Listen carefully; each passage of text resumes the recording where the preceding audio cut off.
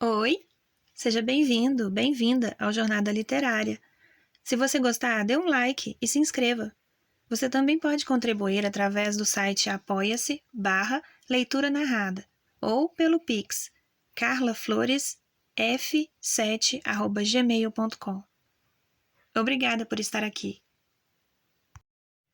Um estudo de história, por Arnold Toynbee. Parte 6, página 57. A Sociedade Sumérica. Quando volvemos ao plano de fundo da sociedade índica, a primeira coisa que fere a nossa atenção é o fato da religião dos Vedas, exatamente da mesma forma que o culto dos deuses do Olimpo, demonstrar, segundo todas as evidências, ter surgido entre os bárbaros no decurso de um Valkendorung, e não apresentar nenhum dos sinais distintivos de uma religião que tivesse sido concebida pelo proletariado interno de uma sociedade decadente durante um período de perturbações. No caso em apreço, os bárbaros foram os árias, que aparecem no noroeste da Índia ao iniciar-se o crepúsculo da história índica, justamente como, ao iniciar-se o crepúsculo da história helênica, os acaios apareceram no mar Egeu. De maneira análoga àquela que observamos ao considerar a posição da sociedade helênica em relação à sociedade minoica, poderíamos esperar descobrir no plano de fundo da sociedade índica qualquer estado universal para além de cuja fronteira existisse uma terra de ninguém, habitada pelos antepassados dos árias, que ali estivessem vivendo como se constituíssem um proletariado externo, até o momento em que o colapso do Estado Universal lhe abrisse as portas. Será possível identificar este Estado Universal e localizar a referida terra de ninguém? Talvez sejam possíveis 3 respostas para esta interrogação. Se começarmos respondendo às 2 perguntas seguintes. De onde partiram os árias quando avançaram para a Índia? Terão algum deles chegado a destinos diferentes, apesar de terem partido do mesmo ponto? Os árias falavam uma língua indo-europeia, e a distribuição histórica deste grupo de línguas, um grupo na Europa e outro grupo na Índia e no Irã, mostra que os árias devem ter entrado na Índia, procedentes da estepe eurasiática, seguindo itinerários utilizados por muitos de seus sucessores, até os invasores turcos, Mahmud de Ghazni, no século XI, e Babur, fundador do Império Mughal, no século XVI, da nossa era. Quando agora estudamos a dispersão dos turcos, observamos que alguns deles seguiram a direção sudeste, rumo à Índia, enquanto outros se dirigiram para sudoeste, rumo à Anatólia e à Síria. Para citar um exemplo, no tempo de Mahmud de Ghazni, verificavam-se as invasões dos turcos saljuques, as quais provocaram os contra-ataques das cruzadas da nossa sociedade ocidental.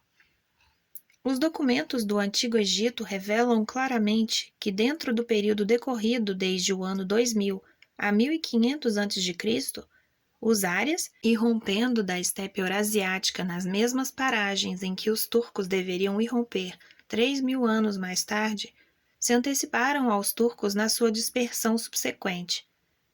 Enquanto alguns entraram na Índia, como nos indicam as fontes de informação indianas, outros espalharam-se pelo Irã, pelo Iraque, pela Síria e, finalmente, pelo Egito, onde estabeleceram, no século XII a.C., um governo de grandes capitães bárbaros, conhecidos na história do Egito sob a designação de Hyksos. Qual a causa que determinou o Valkendorung dos árias? Podemos responder perguntando: qual o motivo que deu lugar ao Valkendorung dos turcos?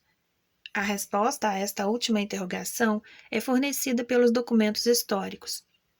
A causa do referido Valkendorung foi o colapso do califado abáside, e se os turcos se dispersaram em ambas as direções, foi porque o organismo agonizante do Império Abáside se rendeu, tanto nas suas terras de origem, como nas dependências distantes do Vale dos Indus. Dar-nos-á esta explicação uma indicação acerca da dispersão correspondente dos árias? Dá, porque quando nos debruçamos sobre o mapa político do sudoeste asiático, por volta de 2000 a 1900 a.C., encontramo-lo ocupado por um Estado universal que, como o Califado de Bagdá, era governado de uma capital cita no Iraque, e cujos territórios se alongavam nas mesmas direções a partir do mesmo centro. Este Estado universal era o Império de Sumer e Acade, fundado cerca 2298 a.C. pelo sumeriano Ur-Engur-de-Ur e restaurado cerca 1947 a.C. pelo amorita Hammurabi. A destruição do império após a morte de Hammurabi precedeu o período do Valkevandejung Arya. Não existe prova direta de que o império de Sumer e Akkad se estendesse até a Índia, mas a possibilidade de que assim tenha sido é sugerida pelas recentes escavações levadas a efeito no Vale do Indus, as quais puseram à descoberta uma cultura, abre parênteses, 1480 a 1450 a.C., fecha parênteses, alargou o orbe do governo egípcio até a Síria. Já fizemos referência à destruição do Império Hitita pelo mesmo Valkevandejung que destruiu o Império Cretense. Os hititas parecem terem adotado o sistema divinatório sumérico, mas tiveram uma religião própria e também uma escrita pictográfica, na qual foram registradas pelo menos 5 diferentes línguas hititas.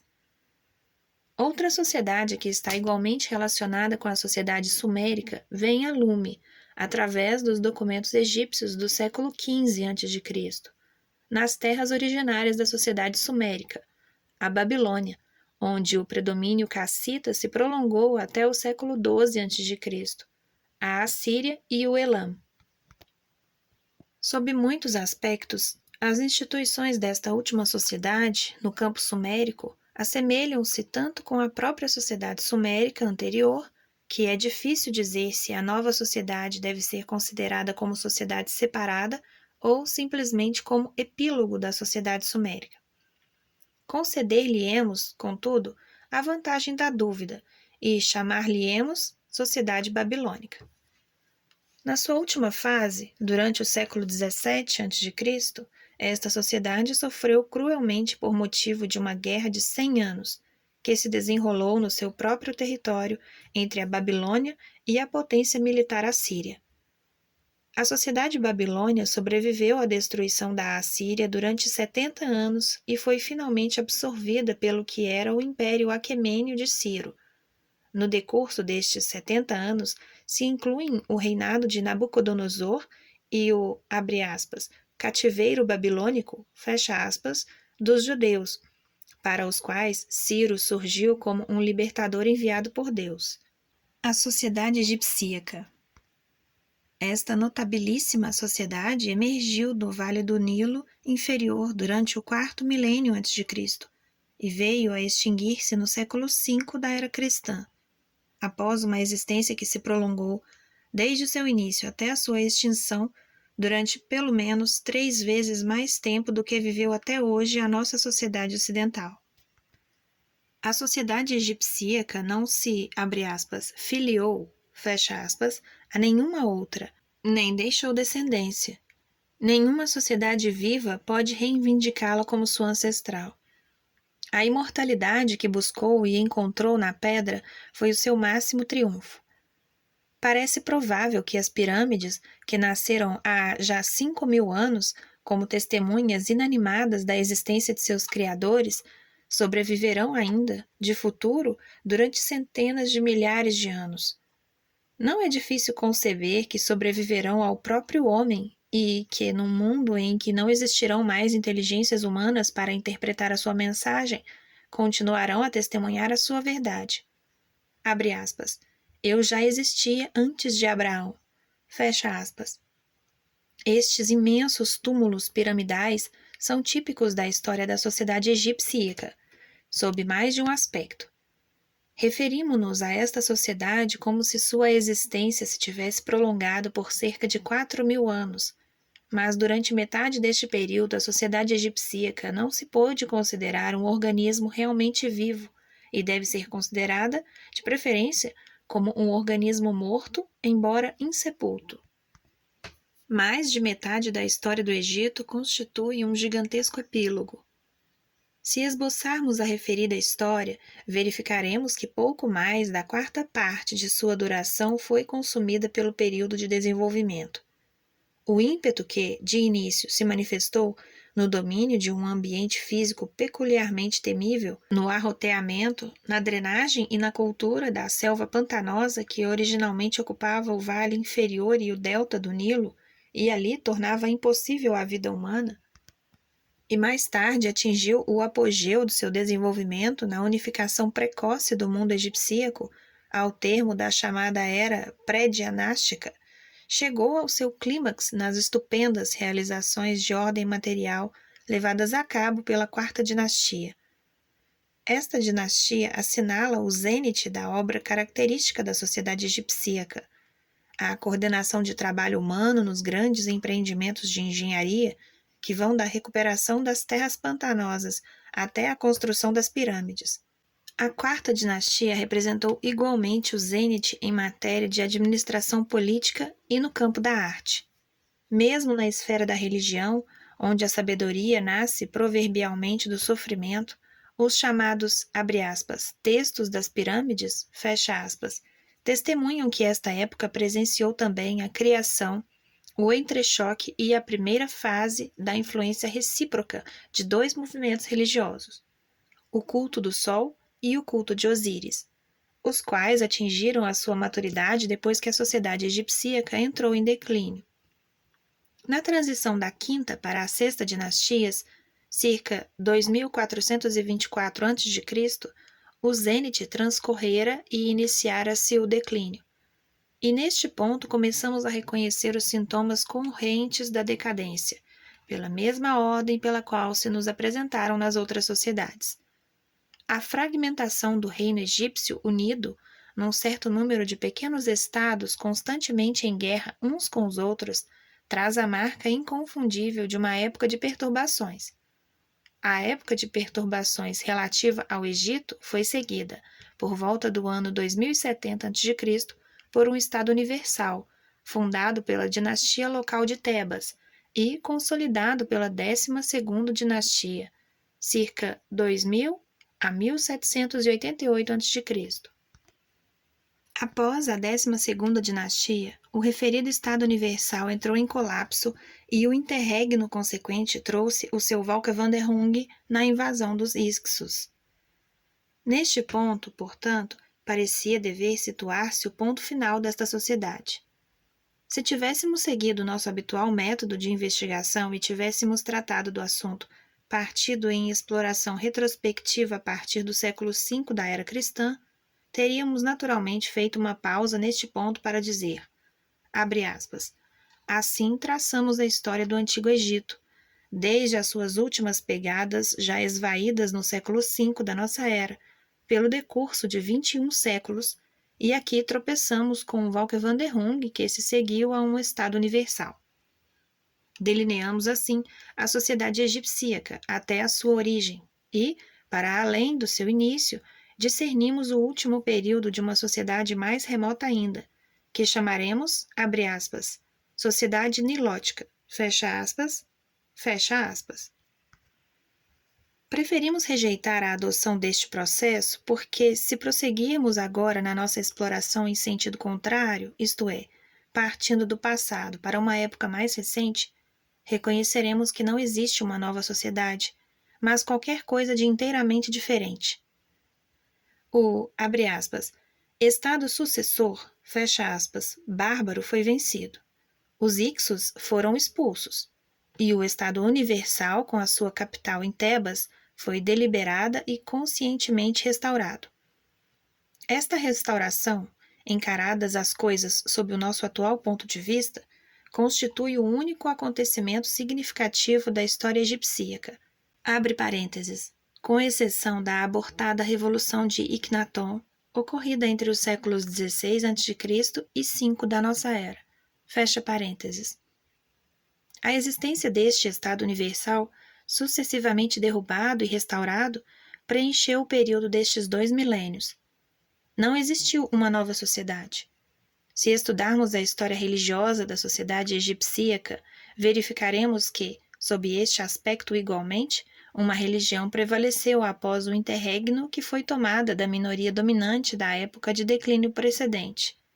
Apesar disso, essa religião não conseguiu prevalecer sem luta e assegurou de início a sua posição entrando em acordo com uma igreja universal que fora criada, à margem da religião de Osíris, na era de declínio precedente, pelo proletariado interno egipcíaco.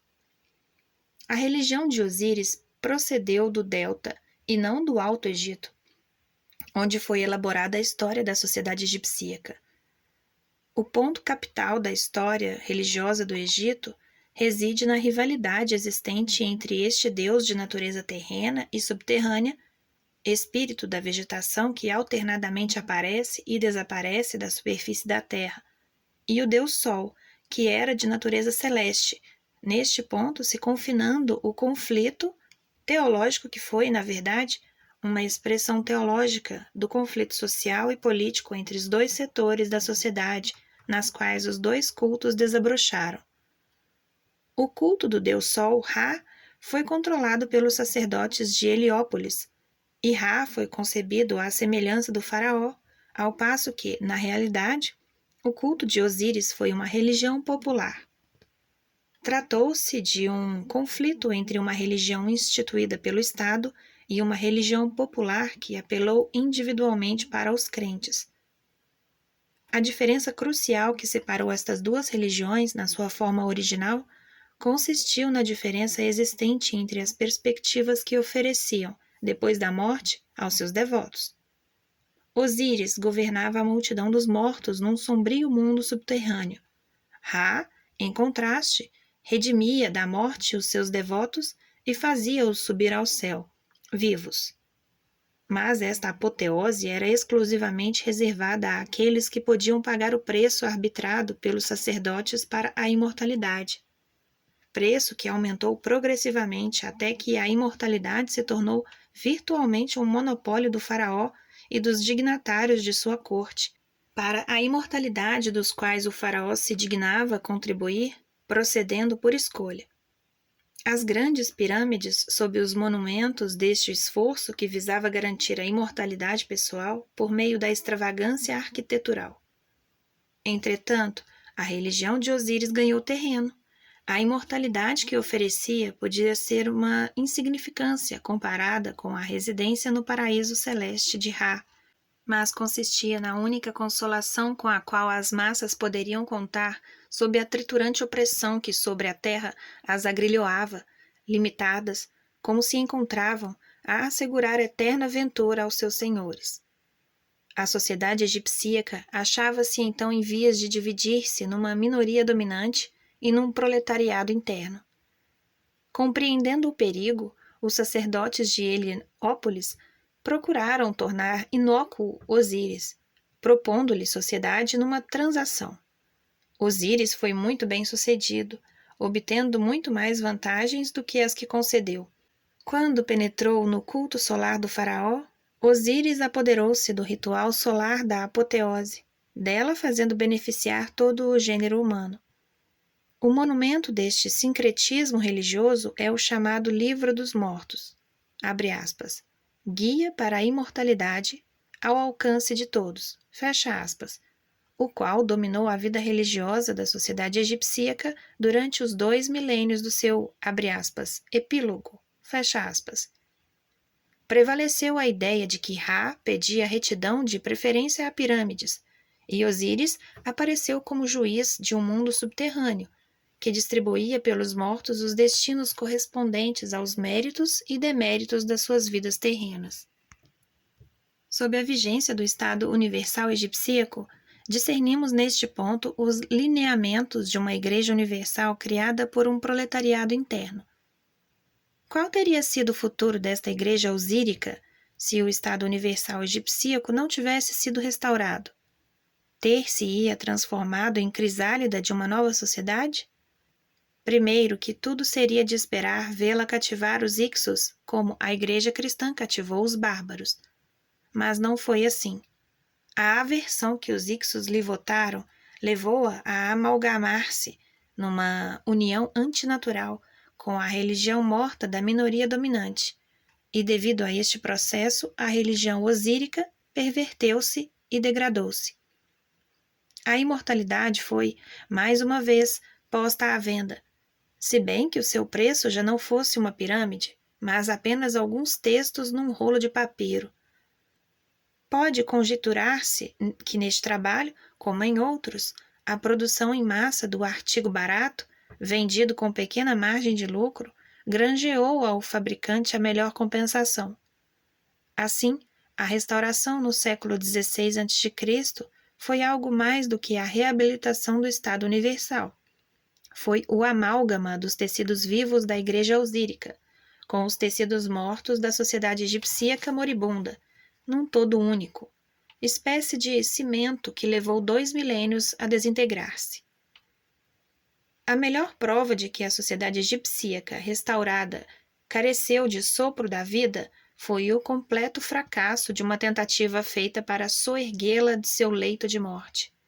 Nessa ocasião, o homem, o faraó Ecnaton, procurou repetir, recorrendo a um gesto instantâneo, o ato da criação religiosa que tinha sido levado a cabo pelo proletariado interno durante os séculos do longo período transato de perturbações. Com lucidez genial, Ecnaton criou uma nova concepção de Deus e do homem, da vida e da natureza, e expressou-a lançando mão de uma nova arte e de uma nova poesia. Mas não é possível ressuscitar desta maneira as sociedades mortas. O fracasso de Ecnaton comprova que se justifica a nossa maneira de encarar os fenômenos sociais da história egipcíaca a partir do século XVI a.C.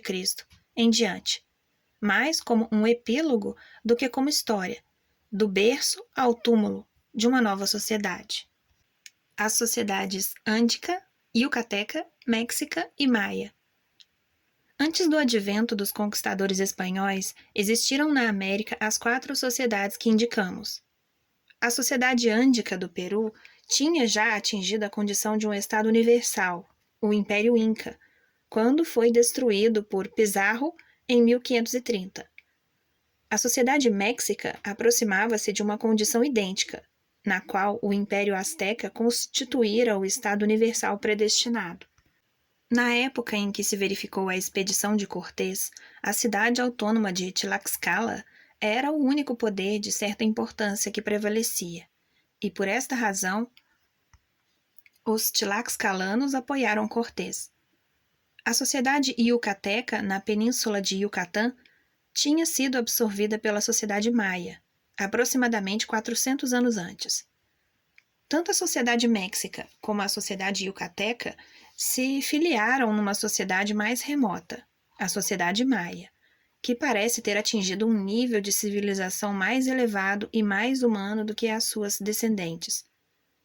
A sociedade maia desmoronou-se rápida e misteriosamente no século VII da nossa era, deixando como sinal da sua existência as florestas do Yucatán encharcadas pela chuva, as ruínas das suas grandes cidades. Esta sociedade brilhou no campo da astronomia, imprimindo caráter prático a um sistema de cronologia notavelmente exato nos seus cálculos. Os horríveis ritos religiosos descobertos no México por Cortés parecem ter sido uma versão grosseiramente barbarizada da antiga religião dos maias. As investigações a que procedemos valeram-nos, assim, 19 sociedades, muitas das quais relacionadas entre si, como paternas e filiadas a uma ou várias de entre outras, a saber, ocidental, ortodoxa, irânica, arábica, abre parênteses, as 2 últimas fundidas atualmente na sociedade islâmica, fecha parênteses, hindu, extremo oriental, helênica, siríaca, índica, cínica, minoica, sumérica, hitita, babilônica, egipcíaca, ândica, méxica, yucateca e maia. Manifestamos dúvidas sobre a legitimidade de uma separação entre a sociedade babilônica e a sociedade sumérica, e bem assim entre alguns outros pares de sociedades que deveriam talvez ser consideradas como sociedades únicas, com um epílogo análogo ao da sociedade egipcíaca. Decidimos, porém, respeitar a sua individualidade, até encontrarmos razão plausível para proceder de outra maneira. De fato, afigura-se-nos lógica a divisão em duas sociedades, da sociedade ortodoxa cristã, a sociedade ortodoxa bizantina e a sociedade ortodoxa russa, e a da sociedade de extremo oriental em sociedade chinesa e sociedade coreana-japonesa. Se assim procedermos, o número das nossas sociedades atingirá o total de 21. No capítulo seguinte, apresentaremos uma explanação adicional e a justificação do nosso método. Final da leitura da parte 6 do livro Um Estudo da História. Sinta-se à vontade para comentar ou abrir algum debate. Não se esqueça de curtir e, principalmente, de se inscrever. Obrigada por estar aqui. Até a próxima!